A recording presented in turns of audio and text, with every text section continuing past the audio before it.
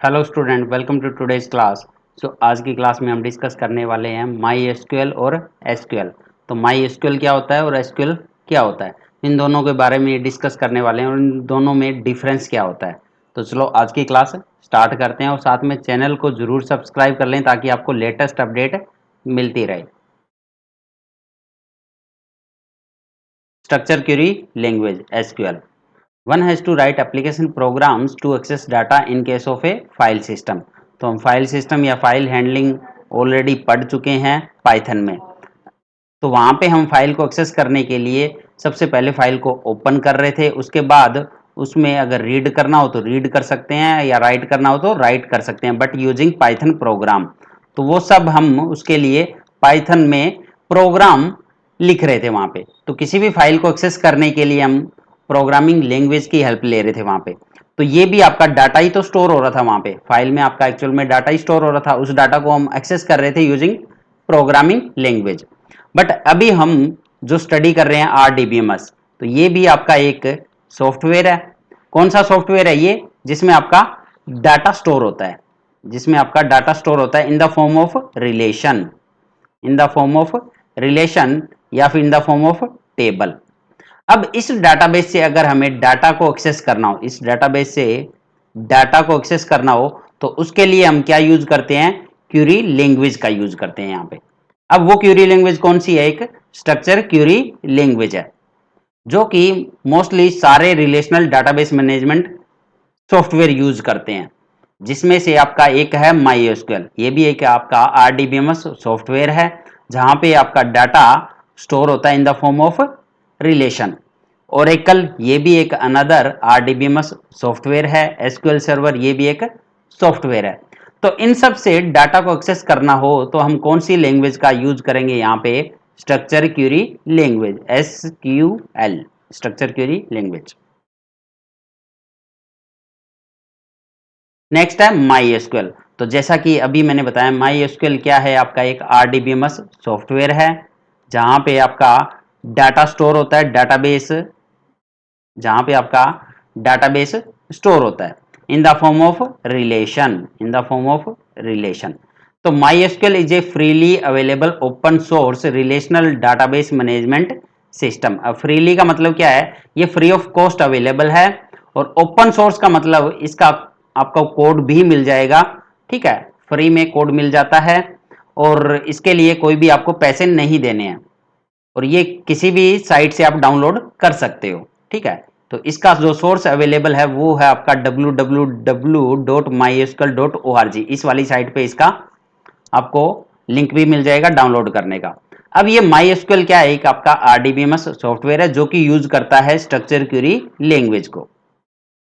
जैसा कि मैंने बताया, यहाँ पे जो भी डाटाबेस होता है, यहाँ पे जो डाटा स्टोर होता है वो in the form of table रहेगा आपका। और a single MySQL database can contain many tables at once. तो एक बारी में इसमें बहुत सारी टेबल्स स्टोर हो सकती है। तो इस तरह से ये स्टोर कर सकता है thousands of individual record eight A time. Next, MySQL provide you with a rich set of features that support a secure environment for storing, maintaining और accessing data। तो यहाँ पे MySQL क्या प्रोवाइड करता है? एक सिक्योरिटी प्रोवाइड करता है, ये कह सकते हो। वो सिक्योरिटी कैसे प्रोवाइड करता है? Using password, using password. जब MySQL हम डाउनलोड करते हैं, डाउनलोड करने के बाद जब अपने सिस्टम में इंस्टॉल करेंगे, तो जब उसको रन करते हैं तो वहां पे हमसे एक पासवर्ड मांगता है ये ऑलवेज। तो इस तरह से इस पासवर्ड के थ्रू वो एक सिक्योरिटी प्रोवाइड करता है, एक सिक्योर इन्वायरमेंट प्रोवाइड करता है हमें टू स्टोर डाटा, मेंटेन और एक्सेसिंग डाटा।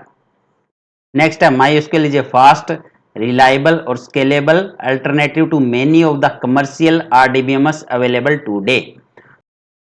तो अगर हम MySQL की बात करें और SQL की बात करें, तो MySQL आपका एक सॉफ्टवेयर है, डाटाबेस सॉफ्टवेयर। तो इसमें कोई कंफ्यूजन नहीं होनी चाहिए, ये एक सॉफ्टवेयर है। और SQL क्या है? ये एक क्यूरी लैंग्वेज है, ये एक क्यूरी लैंग्वेज है जो कि यूज होती है इसी डाटाबेस से डाटा को एक्सेस करने के लिए। ठीक है, तो MySQL तो एक सॉफ्टवेयर रहेगा और SQL उसकी क्यूरी लैंग्वेज रहेगी डाटा को एक्सेस करने के लिए। Next, MySQL database system. अब MySQL में कौन कौन से कंपोनेंट होते हैं? तो MySQL database system refer to combination of MySQL server instance and a MySQL database. MySQL operate using client server architecture in which the server runs on the machine containing the database and client connect to the server over a network. तो MySQL database system में actual में होता क्या है कि client server architecture को follow करता है, ये क्लाइंट सर्वर आर्किटेक्चर। तो उसमें सर्वर पे आपका एक्चुअल में जो डाटाबेस होता है वो सर्वर पे स्टोर होता है। वो कहां स्टोर होता है? हमारा सर्वर पे।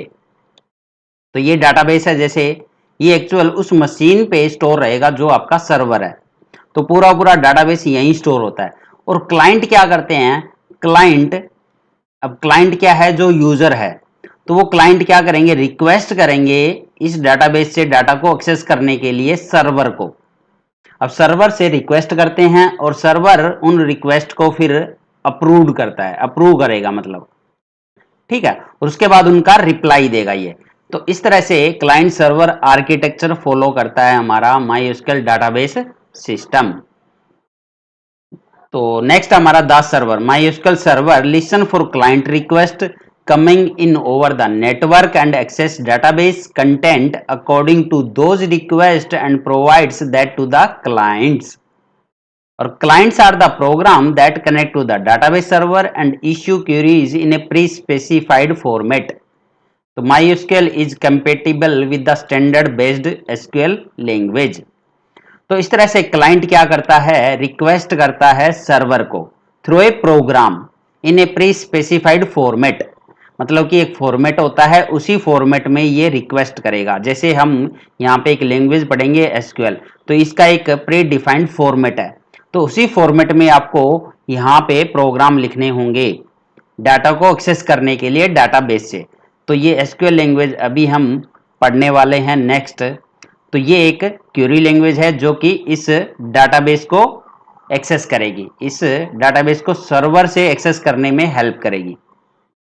तो सबसे पहले हमें अपने सिस्टम में MySQL डाटाबेस सिस्टम को इंस्टॉल करना होगा, ठीक है। तो MySQL एक सॉफ्टवेयर है, उसी के अंदर हम सारे प्रोग्राम रन करने वाले हैं एसक्यूएल के, क्योंकि MySQL एसक्यूएल को सपोर्ट करता है, तो MySQL का ही यूज करेंगे हम यहाँ पे। और ये फ्री ऑफ कॉस्ट भी अवेलेबल है और मोस्टली इसी का यूज होता है, हर जगह MySQL का ही यूज होता है।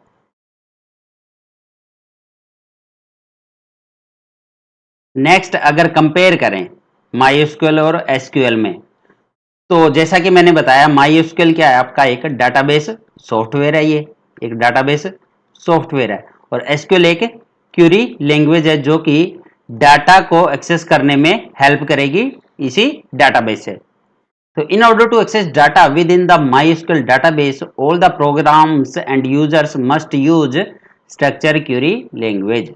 तो MySQL database से डाटा को एक्सेस करने के लिए जितने भी यूजर्स है, ठीक है, तो वो सब के सब स्ट्रक्चर क्वेरी लैंग्वेज को यूज करेंगे।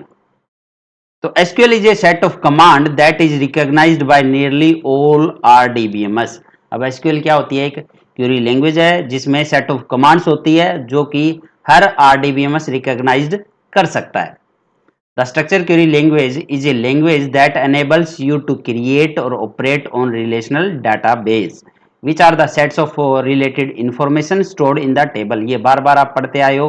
SQL क्या करती है? डाटाबेस को, रिलेशनल डाटाबेस में से डाटा को क्रिएट करने और उसको ऑपरेट करने में हेल्प करेगी, और जिसके अंदर अब रिलेशनल डाटाबेस में आपका जो डाटा स्टोर है वो किस फॉर्मेट में? टेबल की फॉर्मेट में है। अब एसक्यूएल क्या होती है? एसक्यूएल एक केस इनसेंसिटिव लैंग्वेज है यहाँ पे, ठीक है। इनसेंसिटिव का मतलब क्या है? यहाँ पे आप चाहे स्मॉल लेटर में लिखो, जैसे कुछ भी अगर स्मॉल लेटर में लिखा है इस तरह से, ठीक है, या फिर आप चाहे कैपिटल लेटर में लिखो, दोनों सेम चीज कंसिडर करेगी ये। इन केस सेंसिटिव का मतलब यही होता है, ठीक है। SQL is case insensitive. और जो पाइथन लैंग्वेज थी, जो पाइथन हमने पढ़ी थी, वो केस सेंसिटिव लैंग्वेज होती है, वो केस सेंसिटिव लैंग्वेज होती है। मतलब वहां पे जैसे हम स्मॉल लेटर में लिखते हैं प्रिंट, यही प्रिंट अगर कैपिटल में लिखोगे तो वो एरर दे देगा आपको। मतलब दोनों डिफरेंट है यहाँ पे। केस सेंसिटिव का मतलब स्मॉल लेटर और कैपिटल लेटर में अगर सेम नाम लिखा है तो वो बोथ क्या होंगे? Consider different. लेकिन इनसेंसिटिव में क्या होता है? केस इनसेंसिटिव में दोनों ही आपके सेम कंसिडर होंगे यहाँ पे, चाहे स्मॉल लेटर में लिखो चाहे कैपिटल में, वो आपको एरर नहीं देने वाला है। लेकिन फिर भी हम यहाँ पे स्मॉल लेटर में ही लिखते हैं, प्रोग्रामिंग लैंग्वेज है, क्योंकि एसक्यूएल एक क्यूरी लैंग्वेज है तो हम स्मॉल लेटर को ही फॉलो करेंगे। For example the column name salary या कैपिटल में लिखा हो सैलरी, बोथ आर सेम। जैसे हम यहाँ पे टेबल बनाएंगे तो टेबल में चाहे आपने स्मॉल लेटर में सैलरी एट्रीब्यूट लिया हो या आपने कैपिटल लेटर में सैलरी एट्रीब्यूट लिया हो, बोथ विल कंसिडर सेम कौन एसक्यूएल लैंग्वेज। और साथ में जो एसक्यूएल स्टेटमेंट होती है वो always and with semi colon, तो जब भी एंड ऑफ लाइन लिखेंगे हम सेमी कोलन लगाएंगे यहाँ पे, जबकि पाइथन में ऐसा कुछ नहीं करते थे हम। ठीक है, तो एसक्यूएल में हर एंड ऑफ लाइन का मतलब आपको सेमी कोलन लगाना है। वो कैसे लगाएंगे मैं आपको जब एसक्यूएल डिटेल में अभी स्टडी करेंगे तो आपको हर चीज क्लियर होती जाएगी यहाँ पे। ठीक है, सारी कमांड पढ़ेंगे, कौन कौन सी कमांड यूज होती है, तो आपको डिटेल में स्टडी करने को मिलेगा एसक्यूएल।